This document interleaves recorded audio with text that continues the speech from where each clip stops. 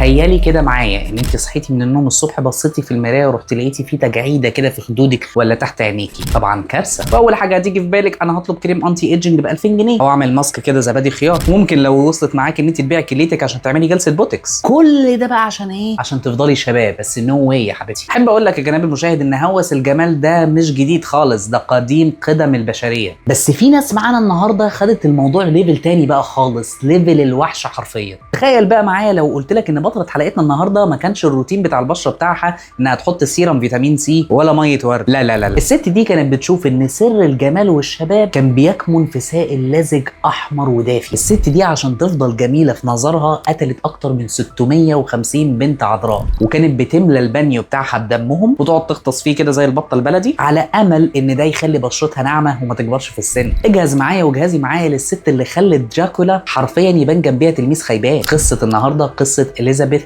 باثوري. اهلا بيك واهلا بيكي، انا كاكاشي وده برنامج بلوت تويست. في البرنامج ده احنا بنحكي عن ناس صنعت كوارث وممكن ناس صنعت معجزات، وبيبقى ممكن نفس الشخص عمل الحاجتين مع بعض، وانا مهمتي ان انا بحكي لك الموضوع من اول المشهد لحد البلوت تويست.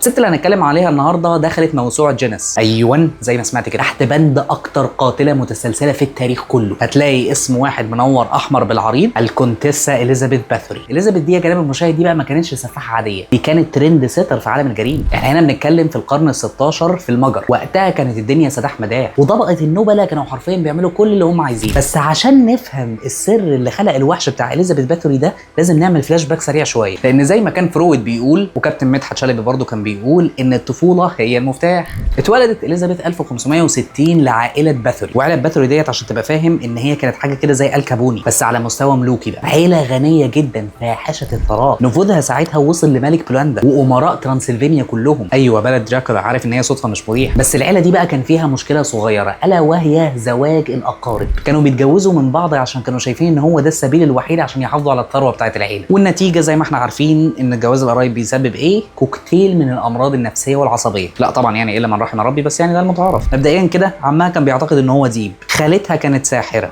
واخوها كان زير نساء. عيله مليانه بلاوي ومفككه نفسيا وامراض وحاجه ما يعلم بها الا ربنا. اليزابيث بقى وهي طفله كانت بتشوف حاجات ما حدش في السن ده كان المفروض يشوفها. شافت ابوها وعمامها بيعذبوا الفلاحين لاتفه الاسباب. دي شافت واحد اتخيط جوه بطن حصان ميت لمجرد ان هو سرق تفاحه. انت متخيل النشأه؟ دي واحده مش بتلعب عروستي، دي واحده بتلعب حرفيا فيلم سو بس النسخه المجريه. سن 15 سنه بقى كانت بدايه الاكشن بتاعنا لما اتجوزت واحد اسمه فرينس نارس. وده ما كانش مجرد عريس لقطه، لا دول كانوا بيسموه الفارس الاسود من كتر ما كان مرعب في الحروب ضد العثمانيين وقتها. والهديه اللي جابها لإليزابيث وقتها ما كانتش طقم الماظ ولا حتى شقه في التجمع، اهداها كاتشتس كاسل، القلعه اللي شهدت ابشع انواع جرائم التعذيب. فرينس ده كان بيحب مراته جدا، بس كان بيحبها حب غريب شويه. كان بيوريها ان لما يعلمها انواع تعذيب جديده ده نوع من انواع الرومانسيه. يعني بدل ما كانوا بيروحوا مثلا السينما كانوا ينزلوا القبو مثلا يعذبوا خادم ولا جاريه، اللي هو يقول لها شايفه يا حبيبتي المسمار ده بيخش ازاي، وهي تقول له مش ممكن انت جميل كده ازاي يخرب بيتك او ماي جاد. بس المشكله الحقيقيه بدات لما فرينس كان بينشغل عنها ويسافر عشان الحروب ويسيبها. اليزابيث بقى كانت بتزهق والفراغ كان ساعتها وحش، فقررت ترضي امراضها النفسيه وتتسلى شويه. بدات الحكايه بتعذيب الخدم، قرصه هنا خبطه هناك، وكانت بتعاقب الخادمات ابشع انواع العقوبات للي تكسر كوبايه ولا اللي تخيط فستان غلط. العقاب كان بالنسبه لها يا اما كوي بالمكوى يا اما انها تدخل تبابيس تحت الضوافر. بس الموضوع اتطور، الادرينالين كان بيزيد والساديه كانت بتعلى معاه. يقال ان في يوم من الايام ان كان واحده خادمه كانت بتسرح شعر اليزابيث في يوم وغلطت وشدت شعرها جامد وهي بتسرح. بس ازاي؟ اليزابيث بقى دمها غلي وضربت البنت دي حته قلم على وشها لدرجه ان انفها نزف دم، والقلم ده هو كانت اللحظه الفارقه في كل الحكايه دي كلها. اليزابيث بصت للدم كده على ايديها وحست ان الجلد اللي تحت نقطه الدم دي بقى مشدود اكتر، ناعم اكتر وحلوه اكتر. هنا ساعتها لمبه نورت في دماغها، بس ما كانتش لمبه فكره عبقريه، دي كانت لمبه حرفيا لبوابه جهنم اللي هتتفتح على البلد دي في الوقت ده. قالت لنفسها ايه بقى؟ قالت لما حته نقطه دم عملت في حته البشره دي كل ده، امال لو استحميت بقى في بانيو بقى مليان دم ايه اللي ممكن يحصل لي؟ ومن هنا بقى يا جناب المشاهد تحولت الكونتيسا من مجرد ساديه لاكبر بايو هاكر في التاريخ، بس بطريقه دمويه بقى شويه. ركز معايا بقى عشان اللي احنا داخلين عليه هو الجزء التقيل. اليزابيث كونت فريق عمل، ايوه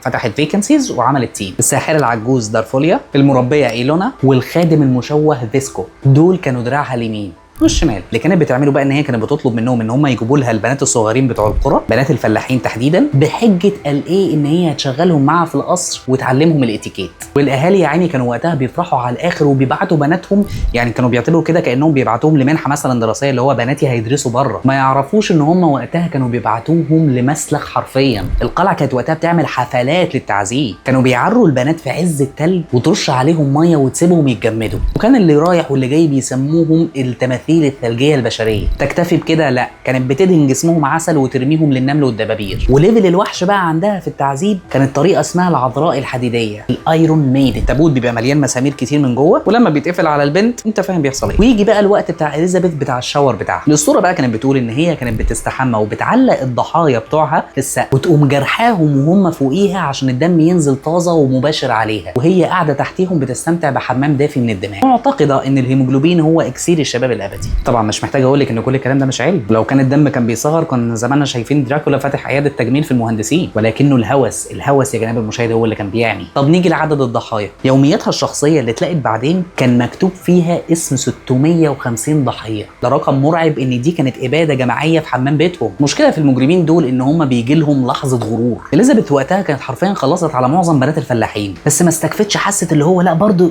ستيل كده برضه لسه في حاجه. وقتها كانت بتقول انا كنت بستحمى بحمام الدم من بنات الفلاحين وكنت بحلو بس انا كنت عايزه اعلى بالليفل شويه. طب ايه اللي ممكن يحصل لو انا استحميت بدم من اطفال طبقه النبلاء؟ اكيد مفعول التجميل بتاعه هيبقى اعلى في نظرها يعني. وبالفعل اتجننت وخطفت بنات من طبقه النبلاء، ودي على قد ما هو طبعا شيء محزن في كل الحالات، بس هي دي الغلطه اللي عملتها واللي تسببت في ان هي تتمسك. تقول لي يا سلام، يعني هي كانت عماله تقتل في 500 ولا 600 واحده، واول ما قررت تخطف لها 2 3 من طبقه النبلاء تتمسك؟ اشرحها لي دي. اصبر هقول لك. وقتها في العصور الوسطى انت كنت ممكن تقتل اكتر من 600 فلاح ومحدش يسال فيك، لكن تقتل بنت بارون واحد؟ انت عبيط يا ابني، فرغ لي الكاميرات دي. الشائعات بقى وقتها كترت، والملك ماتياس قرر ان هو ما يكتمش عن الموضوع. بدا يقلق مش عشان ارواح البنات، لا، كان وقتها عنده مشاكل شخصيه مع اليزابيث دي، لان وقتها اليزابيث كانت مديونه للملك بفلوس كتير جدا، والملك من الاخر كان عايز حجه عشان يصادر كل املاك ويمسح كل الديون دي. السياسه في العصور الوسطى كانت حاجه قذره. فعلا كلف الملك وقتها واحد اسمه الكونت جورج ثورزو، واللي بالمناسبه كان ابن عمها ساعتها، وكلفه ان هو يحقق في الموضوع كله. في الليله الشتويه بقى سنه 1610 اقتحم ثورزو والجنود قلعه كاتشتس. المشهد اللي شافوه كان خارج من فيلم رعب. مبدئيا كده بدايه القصيده كفر، لقوا بنت ميته على المدخل، وبنت تانية بتموت بعيد، وبنت ثالثه محبوسه ومضروبه، ودخلوا على الكونتيسه لقوها واقفه بادوات الشغل هي والمساعدين بتوعها، يعني مسكوها متلبسه. وبما انهم اتمسكوا متلبسين في وسط كميه الضحايا اللي هم شايفينهم، المحاكمه بتاعتهم كانت سريعه جدا. اتحكم عليهم بحاجات بصراحه توجع البطن شويه، قطعوا صوابعهم وحرقوهم احياء. طبعا انت بعد ما سمعت ايه اللي حصل في فريق العمل بتاعها، اللي هو ده يعني هو ده زمانهم بهدلوا الكونتيسه، يعني قول لي برد ناري وقول لي عملوا فيها ايه. يعني احب افقعك واقول لك ان هي ما اتحكمش عليها بالاعدام. ده اللي هو ازاي؟ معلش يا حبيبي، اصل دي كونتيسه من طبقه النبلاء، والنبلاء ما ينفعش يتعدم عشان قال ايه شكل العيله الاجتماعي ما يبقاش وحش. فالحكم كان الاقامه الجبريه، بس مش في شقه، لا، حبسوها في اوضه نومها وبنوا حيطه سد بالاسمنت سدوا بيها الباب بتاعها والشبابيك اللي في الاوضه، وسابوا فتحه صغيره قد كده اهو يدخلوا لها منها الاكل والميه. عاشت اليزابيث باثوري في ظلام دامس لمده 4 سنين على اصوات اشباح الضحايا بتوعها، او على امل يعني ان ده اللي كان بيحصل. وفي سنه 1614 الحراس وهم بيعدوا بصوا كده من الفتحه فلقوها مكفيه على وشها وميت. ماتت وهي عندها 54 سنه. بس هل تفتكر هل كانت لسه شايفه نفسها شابه؟ قصه اليزابيث باثوري بتسيبنا قدام سؤال مرعب، هو الانسان ممكن يوصل لاي مدى عشان يحقق رغباته؟ المرعب في القصه ان الست دي ما كانتش مجنونه بالمعنى الطبي، دي كانت واعيه كويس قوي ومخططه وعارفه هي بتعمل ايه. رغباتها في الخلود وحب الجمال عمتها تماما عن انسانيتها، والغريب ان التاريخ فعلا خلدها، بس مش كاجمل امراه لا، ولكن كابشع وحش مر على تاريخ البشريه. الكاتب برام ستوكر لما كتب روايه دراكولا، كتير من النقاد قالوا ده استوحى كل الاحداث من قصه اليزابيث باثوري، يعني هي فعلا في النهايه بقت خالده وبقت مصاصه دماء رسمي في نظر العالم كله، بس مش بالطريقه اللي هي كانت عايزاها. الكلام اللي جاي بقى موجه لجناب المشاهده اللي قدام. لما تبصي في المرايه كده وتلاقي تجاعيده خفيفه، افرحي وحبيها، دليل انك عشتي وانك ضحكتي وانك انسانه طبيعيه اصلا. وبلاش كريمات غريبه مجهوله المصدر عشان ما نعرفش معموله من ايه اصلا، ولو موثوقه فانت مش معاكي فلوس تجيبيها، الاسعار نار يا ماما. ده انا مش عارف اجيب لي حته كريم مرطب قد كده اهوت عشان اعالج الجفاف اللي انا فيه. بس كده. كت.